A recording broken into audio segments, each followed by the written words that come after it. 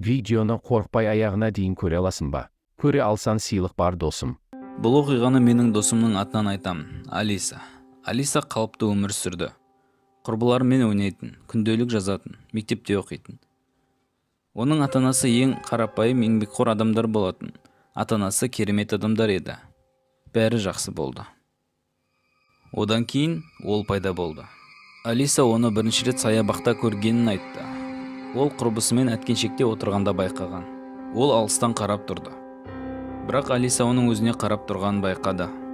Ол құрбысына көріп тұрған туралы айтып берді. Бірақ құрбысы бұл қартты көрмей тұрған және күн өтіп кеткен шығар деп айтты.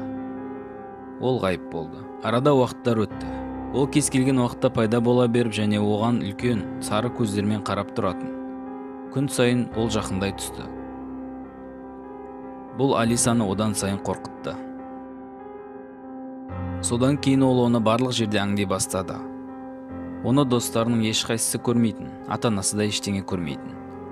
Ол қорқынышты фильмдерді көп қарағаннан немесе үй жұмыстарынан артық күш түсіп кеткеннен болар деп айтатын. Кейде Алиса мұның барлығын көптеген балалар секілді ойынан шығарып жүр деп ойлайтын. Бірақ ол мектепте пайда бола бастады.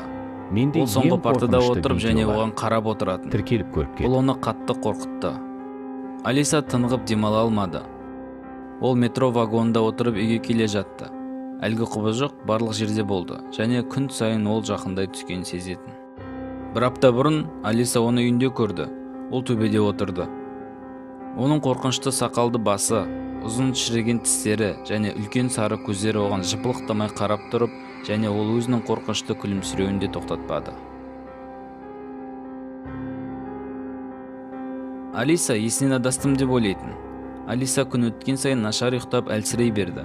Ал құбыжық болса одан сайын қорқынышты бола түсті. Ата-анасы қызына бірдеңе болған байқай бастады және келесі күні ауруханаға баруды шешті. Сол қорқынышты түні Алиса әдеттегідей төсекке жатты. Анасы оған қайырлы түн тілеп есікті жапты.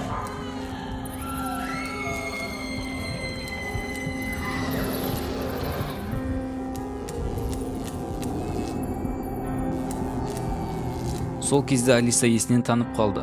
Таңертең ауруханада оянды. Не оқиға болғанын есіне әрең түсірді.